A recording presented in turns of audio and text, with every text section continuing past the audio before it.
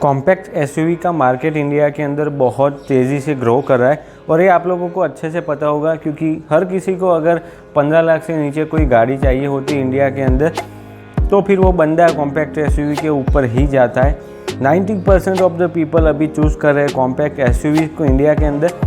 Compact SUV segment की बात करें तो वहाँ पे बहुत ही फेमस और अपना नाम क्रिएट करके बैठ गया है। वैसे ही कई सारी गाड़ियाँ हैं, फिर चाहे वो बात हो गई ब्रेजा की, वेन्यू की या फिर नेक्सॉन की, तो ये सभी गाड़ियाँ जो है अपना बेंचमार्क क्रिएट करके बैठी है। ऑलरेडी उनकी सेल्स बहुत अच्छी हो रही है और ऊपर से ब्रेजा और वेन्यू को तो अपडेट भी कर दिया है मारुति और hyundai ने, तो अभी उनकी सेल्स और ज़्यादा बढ़ गई है। लेकिन थोड़ी सी परेशानियों का सामना करना पड़ा था महिंद्रा को अपने XUV 300 को लॉन्च करने के बाद में। इस गाड़ी को बहुत कम रिस्पॉन्स मिला था इंडियन ऑटोमोबाइल मार्केट के अंदर, लोग खरीदना बहुत कम चाह रहे थे। ऐसा क्यों हुआ था ये तो अभी बातें गई, ये तो भूल जाओ, क्योंकि गाड़ी का फेसलिफ्ट आने वाला है तो नई शुरुआत करेंगी महिंद्रा मोटर्स। इसके साथ में गाड़ी को अच्छे से अपडेट करेगी ताकि ये जो गलती उनसे पहले हुई है वो फिर से ना हो।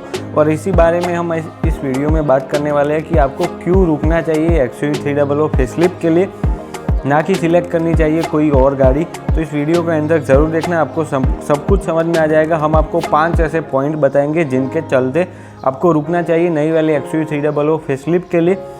तो बिना किसी देरी के वीडियो को स्टार्ट करते हैं और फर्स्ट एंड फॉरमोस्ट बात करते हैं पहले रीज़न के बारे में, जो कि है प्राइसिंग। अब इस गाड़ी का जो प्री फेसलिफ्ट वेरिएंट था उसकी अगर आपने प्राइसिंग ठीक से देखी होगी या फिर अभी वाले वेरिएंट की प्राइसेस आपको पता है तो आप एक बार ज़रूर ब्रोशर को चेक कर लेना महिंद्रा का। आपको उतनी ज़्यादा हायर प्राइसिंग देखने को मिलेगी। आप सोचोगे कि भैया पैकेजेस इतने अच्छे नहीं है वेरिएंट्स के साथ में, उसके अलावा इतनी ज़्यादा प्राइसिंग। और कहीं ना कहीं यही मार खाई है महिंद्रा ने जब इस गाड़ी को लॉन्च किया था। इसकी प्राइसिंग उतनी ज़्यादा थी उस वक्त पे, इतनी प्राइसिंग के साथ में कंपटीशन में कुछ ही गाड़ियाँ आती थी। फॉर्ड इकोस्पोर्ट थी उस वक्त जो आती थी शायद, तो इस वजह से थोड़ी सी मार पड़ी थी XUV 300 को। सेकंड पॉइंट की बात करें तो वो है फीचर्स। गाड़ी के साथ में नए फीचर्स आने वाले हैं जो कि फेसलिफ्ट के साथ में अभी जो आ रहे हैं फीचर्स वो तो आ ही रहे हैं, लेकिन उसको एड ऑन करके कुछ नए फीचर्स आने वाला है। अगर आपको वो वीडियो चाहिए फीचर्स, लॉन्च डेट, प्राइसिंग वगैरह के ऊपर तो आप हमें कमेंट में बता सकते हैं, हम आपके लिए वो वीडियो लाना ज़रूर ट्राई करेंगे। अभी भी हमारे प्लेलिस्ट में ऐसी वीडियो है लेकिन हम ज़रूर आपके लिए नई वीडियोज़ बना देंगे। तो फीचर्स गाड़ी के साथ में बहुत तगड़े आने वाले हैं नई वाली फेसलिफ्ट के साथ में। थर्ड पॉइंट की बात करें तो वो है डिज़ाइन। गाड़ी की डिज़ाइन उस हिसाब से चेंज हो जाने वाली है जिससे आपको देखने से ऐसा लगेगा कि ये भैया नई वाली XUV 300 न्यू जनरेशन है, ना कि फेसलिफ्ट। ऐसा ऑलरेडी, हालांकि स्कॉर्पियो एन को तो न्यू जनरेशन मिली है, लेकिन उसके अलावा जो डिज़ाइन चेंजेस महिंद्रा ने किए हैं या फिर डिज़ाइन के मामले में जिस तरह से उन्होंने इम्प्रूवमेंट्स दिखा है अपनी गाड़ियों के अंदर, उस हिसाब से क्लियरली एविडेंट है कि XUV 300 फेसलिफ्ट को बहुत अच्छे से डिज़ाइन किया जाने वाला है जिससे ज़्यादा से ज़्यादा लोगों को देखने से वो पसंद आ जाए गाड़ी। और यही वजह है कि आपको रुकना चाहिए डिज़ाइन के लिए। या फिर अगर आपको लगता है कि अभी वाली XUV 300 की डिज़ाइन उतनी अच्छी नहीं है तो फिर स्ट्रांगली सजेस्टेड है आपको कि रुक जाओ, नई वाली XUV 300 की फेसलिफ्ट की डिज़ाइन एक बार देख लेना, क्योंकि वो थोड़ी सी और ज़्यादा अपीलिंग होने वाली है। फोर्थ पॉइंट की बात करें तो वो होगा एडास। मैं कोई मजाक नहीं कर रहा हूँ, कॉम्पैक्ट SUV के सेगमेंट के अंदर महिंद्रा ने एडास को लॉन्च कर दिया अपनी XUV 300 के साथ में, तो फिर भैया ये भौकाल मचाएगी पूरे सेगमेंट के अंदर, क्योंकि अभी पूरे सेगमेंट के अंदर किसी भी गाड़ी के पास एडास नहीं है। महिंद्रा के पास ऑलरेडी प्रोडक्शन रेडी एडास पड़ा हुआ है उन लोगों के पास, जो कि XUV 700 में ऑलरेडी यूज़ हो रहा है। तो ये एडास को अगर थोड़े बहुत अलग वेरिएंट के साथ में XUV 300 के साथ में इंट्रोड्यूस किया जाता है तो फिर भैया इसकी सेल्स बूस्ट होनी ही है, क्योंकि लोगों को तो एडास पसंद है, सबसे ज़्यादा पसंद है। इंडियंस को ये फीचर बहुत ज़्यादा पसंद आ रहा है। जब से XUV 700 में आया है हमने बहुत सारे रील्स इंस्टाग्राम के ऊपर देख लिए जो कि लोग यूज़ करते हैं एडास XUV 700 का और उसका रील क्रिएट करके फिर व्यूज़ लेते हैं उसके ऊपर। तो एडास तो सभी लोगों को अब ज़्यादा से ज़्यादा पसंद आ रहा है। तो XUV 300 के साथ में अगर ये आ गया तो फिर इसकी सेल्स बूस्ट होनी ही होनी है। फिर हो सकता है शायद महिंद्रा अलग से कोई वेरिएंट इंट्रोड्यूस करे जिसमें एडास आपको मिल जाए डेडिकेटेडली, तो ये एक अलग चीज़ है, लेकिन एडास आने के पूरे चांसेस है। हमें भी हमारे रिसोर्सेज के अकॉर्डिंग ये पता चला था, क्योंकि गाड़ी के अंदर 90% एडास आने वाला है, ऐसा हमें भी इंसाइट्स मिले थे। इसी वजह से हमने आपको वीडियो के अंदर भी बताया था, जो कि फीचर्स वाली वीडियो थी।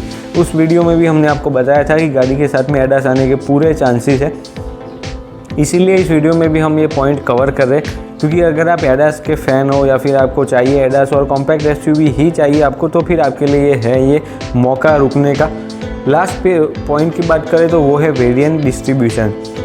अब इस पॉइंट के ऊपर महिंद्रा ने सबसे बड़ी गलती की थी प्री फेसलिफ्टेड XUV300 के साथ में।